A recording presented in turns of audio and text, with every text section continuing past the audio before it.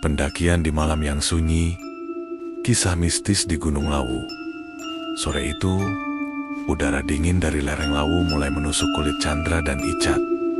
Keduanya, sahabat yang sudah sering mendaki, memulai pendakian mereka melalui jalur Cemoro Sewu. Tawa riang, mereka memecah keheningan hutan pinus yang diselimuti kabut tipis.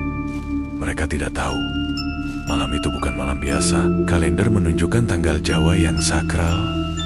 Malam 1 Suro, saat tabir antara dunia nyata dan gaib diyakini menipis. Seorang penjaga posko di pintu masuk menatap mereka dengan tatapan yang sulit diartikan. Kalau sudah sore, jangan dipaksa, berkemah saja di pos 3. Ucapnya singkat, suaranya mengandung nada yang lebih dari sekadar nasihat biasa. Chandra dan Ica hanya menganggapnya sebagai kehoti-hation khas dari penjaga gunung. Namun, firasat aneh sudah mulai merayap di bawah sadar mereka, seperti hawa dingin yang perlahan menembus jaket tebal. Teror di pos 3. Mereka tiba di pos 3 tepat saat senja berakhir. Langit yang tadinya oranye kini berubah menjadi gelap pekat. Setelah mendirikan tenda, Chandra memutuskan untuk buang air kecil. Di tengah kesunyian hutan yang hanya diterangi cahaya rembulan, matanya menangkap sesuatu yang membuat jantungnya berhenti berdetak. Di balik semak-semak, sebuah sosok putih membungkuk dengan punggung melengkung. Rambut hitamnya yang panjang terurai hingga ke tanah, dan jari-jari panjangnya menempel pada dedaunan. Itu adalah kuntilanak dalam posisi yang aneh dan mencekam. Chandra mematung. Kengerian mengunci setiap ototnya. Ia mencoba menenangkan diri, meyakinkan bahwa itu hanya fata morgana. Dari rasa lelah, ia kembali ke tenda. Wajahnya pucat.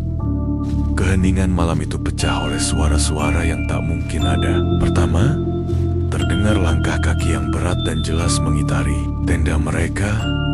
Chandra dan Icat saling menatap, bingung siapa yang berjalan di tengah hutan selarut ini. Langkah-langkah itu disusul oleh bisik-bisik, lalu percakapan yang samar-samar dalam bahasa Jepang. Setelah itu, suara berubah menjadi sorak-sorai. Ramai dari sebuah rombongan besar. Mereka tertawa dan berbicara dalam bahasa Jawa kuno. Suara itu semakin lama semakin dekat, seakan-akan ada arah-arakan gaib yang berbaris menuju tenda mereka. Ketegangan mencapai puncaknya ketika mereka mendengar suara gemerincing kuda dan deru delman. Suara itu terasa begitu nyata, seolah rombongan berkuda sedang mengitari tenda mereka 2 kali putaran. Chandra yang tak tahan lagi dengan rasa penasaran mengintip dari celah tenda. Matanya menangkap sekelebat sosok hitam pekat yang tingginya menjulang dengan mata kuning menyala sebelum sosok itu menghilang ke dalam kegelapan. Mimpi atau pengalaman lain? Karena lelah yang teramat sangat, Chandra akhirnya tertidur. Namun itu bukan tidur biasa. Ia merasa dirinya terbangun, tetapi dengan sensasi yang berbeda. Saat ia melangkah keluar dari tenda, ia tidak lagi berada di pos ketiga. Sebaliknya, ia berada di sebuah lapangan luas yang ramai, layaknya pasar tradisional.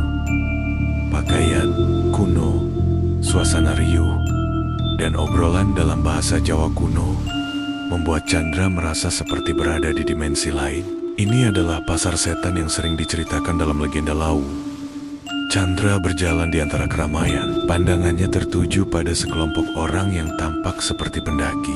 Namun, kondisi mereka sangat mengerikan. Wajah mereka tertarik, tangan mereka buntung, dan kaki mereka hampir putus. Pakaian mereka compang-camping, dan mata mereka kosong. Pemandangan itu begitu nyata, membuat Chandra merasakan mual yang luar biasa.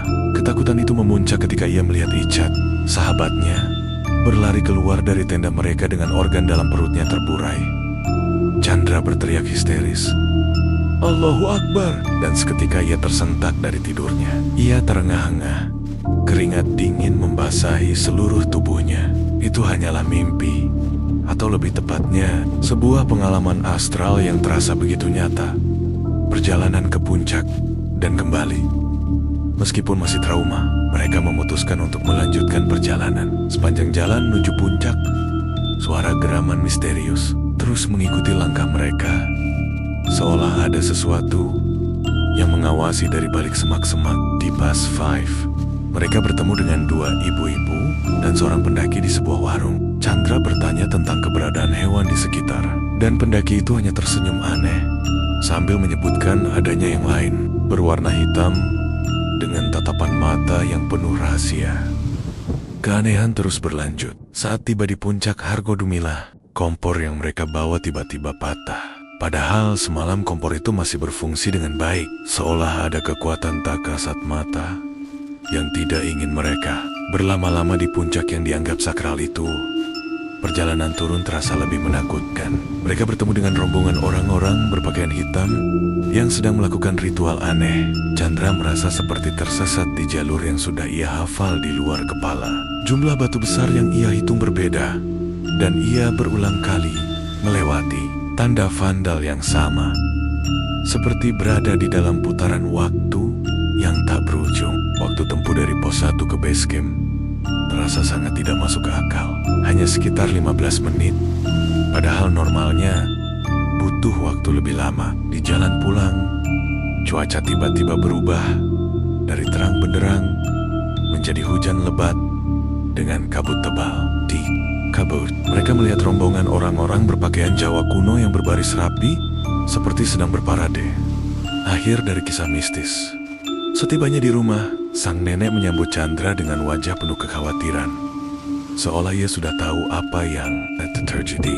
Setelah mengecek kalender, barulah Chandra menyadari bahwa pendakiannya memang bertepatan dengan malam 1 Suro. Ia pun teringat ucapan neneknya yang sering menyebutnya tulang wangi, sebuah sebutan untuk orang-orang yang dipercaya memiliki sensitivitas lebih terhadap dunia gaib. Pengalaman itu menjadi sebuah bukti nyata bahwa di balik keindahan alam tersimpan sebuah dunia lain yang penuh misteri. Setelah mengalami semua kejadian itu, Chandra tidak lagi melihat Lawu hanya sebagai gunung. Baginya, Lawu adalah sebuah entitas, sebuah tempat di mana dimensi dunia nyata dan gaib bertemu, dan ia hanyalah seorang tamu yang secara tak sengaja melintas di waktu yang salah.